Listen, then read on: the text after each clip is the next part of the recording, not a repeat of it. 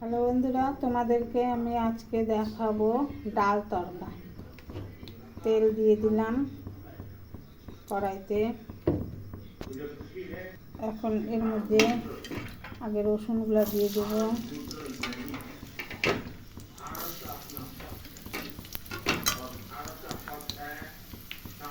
রসুনটা ভাজা ভাজা হবে।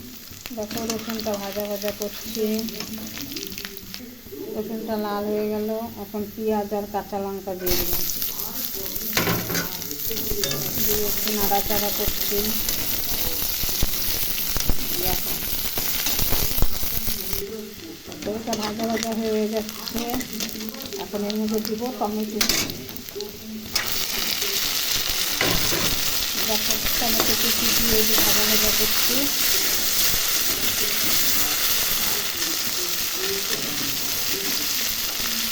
এখন দিব সামান্য একটু লবণ। এখন দিব সামান্য একটু হলুদ। একটু নাড়াচাড়া করব।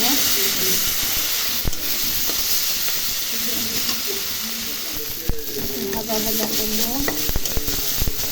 এখন ডালটা দিয়ে দেব।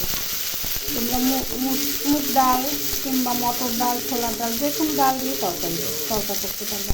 আমি নিয়েছি এখানে মুগ ডাল। মুগ ডালটা দিয়ে দিলাম। এখন একটু নাড়াচাড়া করছি। দেখো এখন ভাজা ভাজা হয়ে গেছে। এখন সামান্য একটু জল দিয়ে দেব।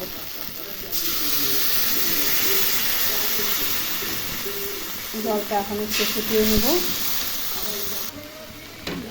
তরকা হয়ে গেছে। এখন এর মধ্যে দিব সামান্য এই ধনেপাতা কুচি।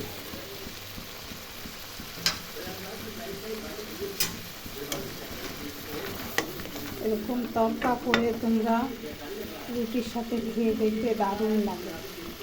ভিডিওটা ভালো লাগলে লাইক, শেয়ার, কমেন্ট করে দিও।